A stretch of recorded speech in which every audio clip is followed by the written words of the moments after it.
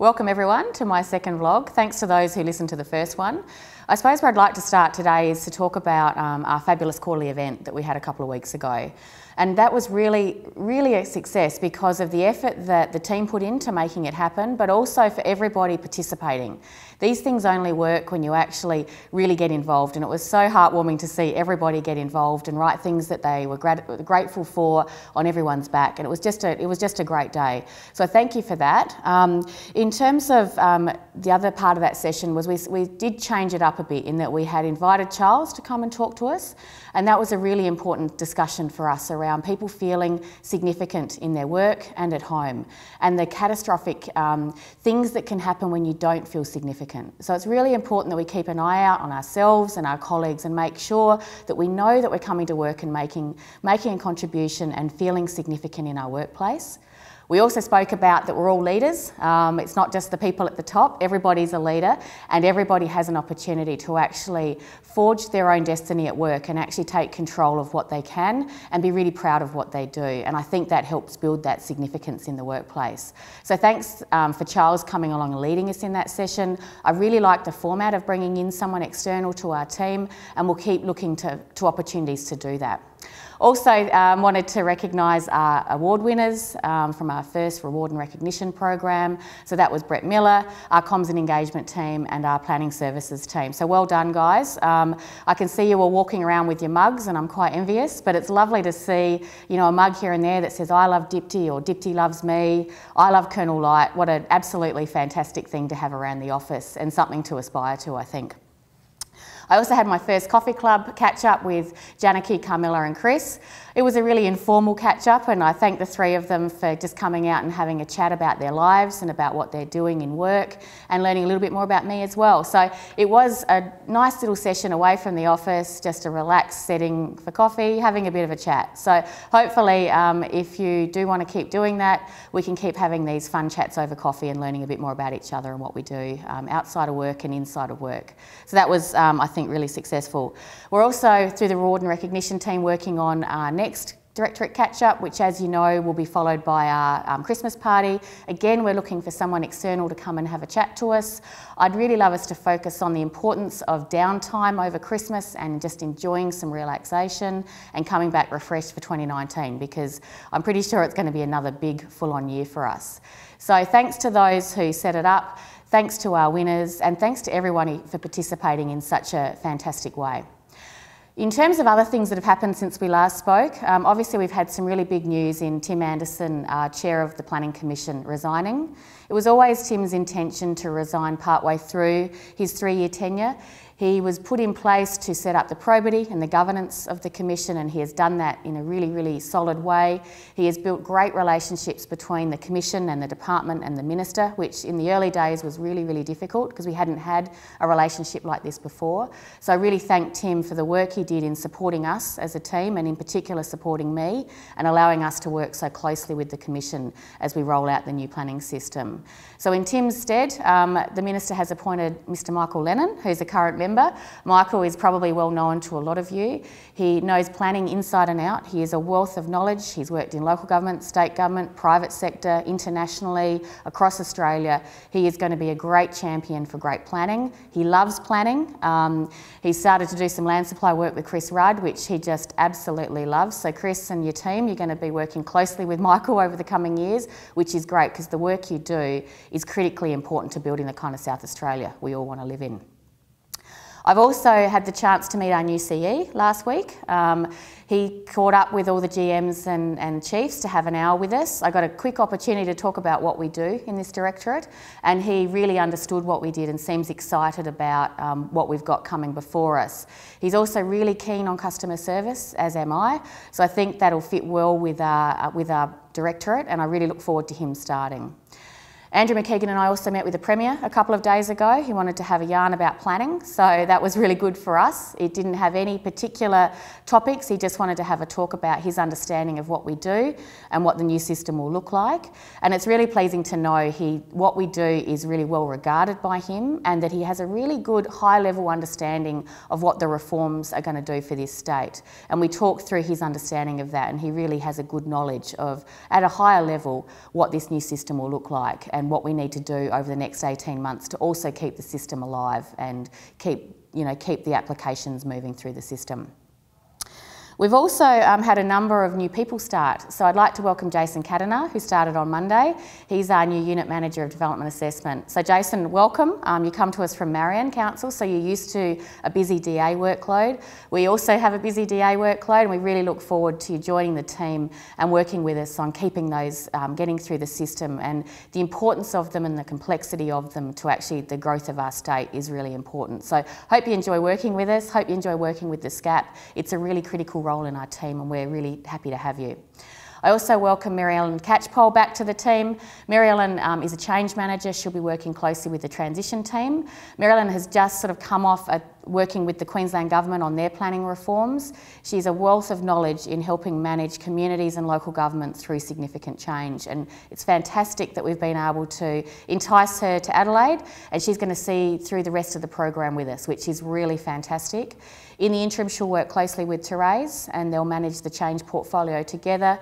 With Therese going off to have a little bub early in the new year, there'll be a handover process between Mary Ellen and Therese, and really big shout out to Therese as well for all the work she's done, particularly with my leadership team in helping us set up the strategies, helping us set up the reward and recognition program. She's just been invaluable in helping us set the scene, but also setting the fundamentals of managing change in the reform program.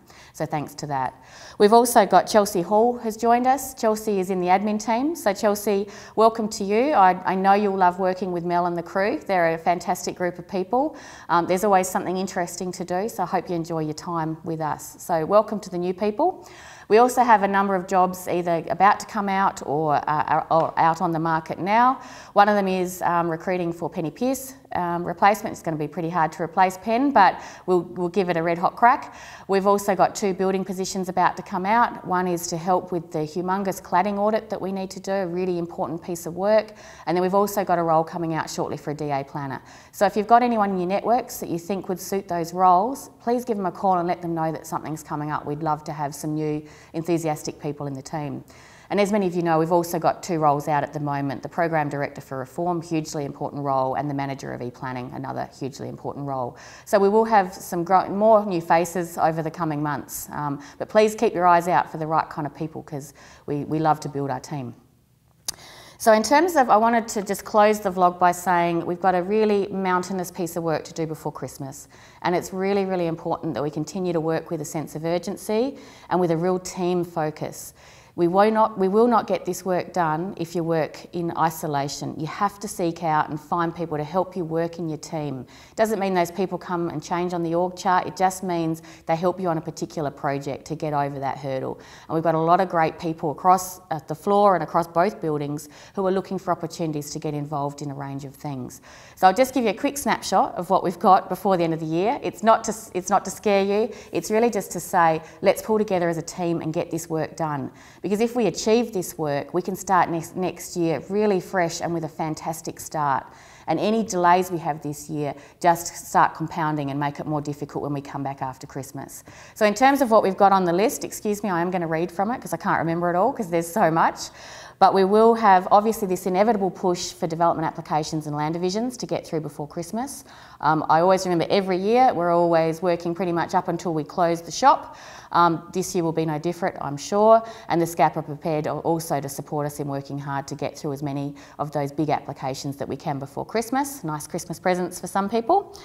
We've also got a heap to get through in the reform space. So we'll have the first draft of the Planning and Design Code, a humongous piece of work needing to be near completion by the end of the year. Humongous piece of work, fantastic to get that to that point, and so that's going to need a joint effort. That is going to need, the more eyes that can look at that, the better this code will be. It needs a diversity of views having a look at it, so I encourage as many people to get involved as they can. We'll also have finished the draft state planning policies by the end of the year, so we'll have our first set of SPPs either by the end of the year, early next year. And this is the first time we've had SPPs in this state, so it's really exciting to have those in place and form a really strong foundation for our new planning system. We will have finished drafting a large amount of the regulations we need to support the PTI Act, and Cecilia and Nick are working really hard across the business to get those in place. Really massive piece of work.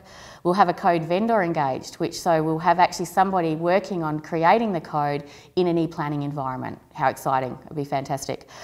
We will also have a launch of an updated planning portal that Eleanor has been working on with Adam and Jared, and it will have a lot more information about how the system actually comes together.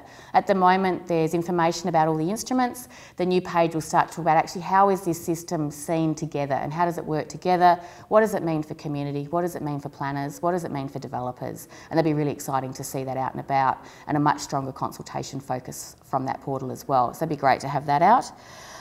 We're starting a fees and charges review, also very important. Not a piece of work that's particularly sexy, but has to be done. We need to make sure we're charging the right fees so that we can get the right assessment, and importantly that we've got the right inspection and compliance. What we're dealing with here is often the biggest expense anyone has in their lives, and we need to make sure consumers are protected in what they build and what they want to live in going forward.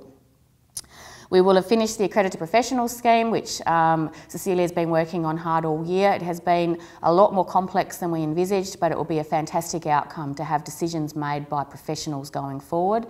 It'll only make the system stronger, and it provides a great professional path for us in the various sectors that get involved in land use.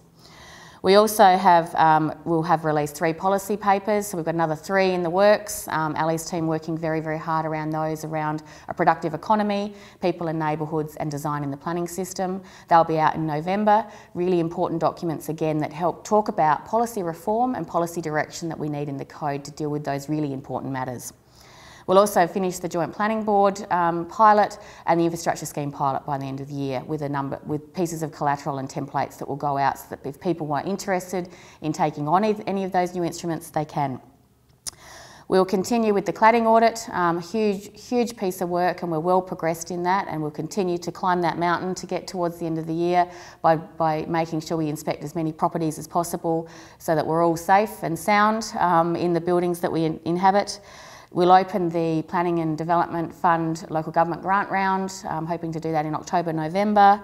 Wayne's working in his role on the Australian Building Codes Board through a number of reforms and working through communicating those to the sector.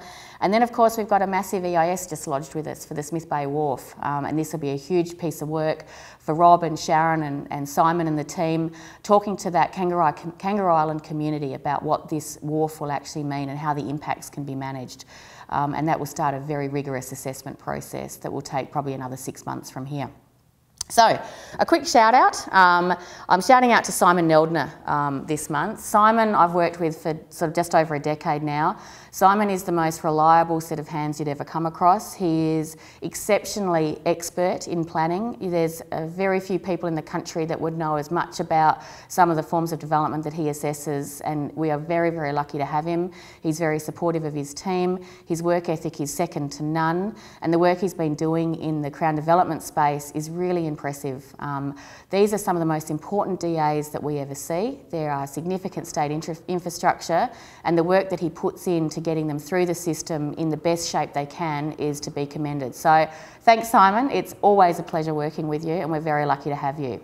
And then closing out on the home front for me, I suppose a bit of a personal reflection, and thanking my husband Nick and my son Angus for allowing me to do the work that I love doing. This job does take a lot of hours, it does take a lot out of me, but I absolutely love it. And the only way that I'm able to do that is that Nick looks after the household and Angus looks after me. He understands that my job is important, he understands that I love my job, and he's just the most resilient, happy-go-lucky kid who allows me to just come to work and do my job and come home and feel loved and fed and washed, and also my 2 dogs, Barney and Baxter, who give me lots of cuddles. So just a little bit about me, but really to say thanks to my family for allowing me to work the hours that I do doing the job that I love. So until next month, let's keep climbing that mountain, let's work together as a team, and let's actually get through all that and start next year really fresh and on top of things. So until next month, enjoy the month. See you everyone.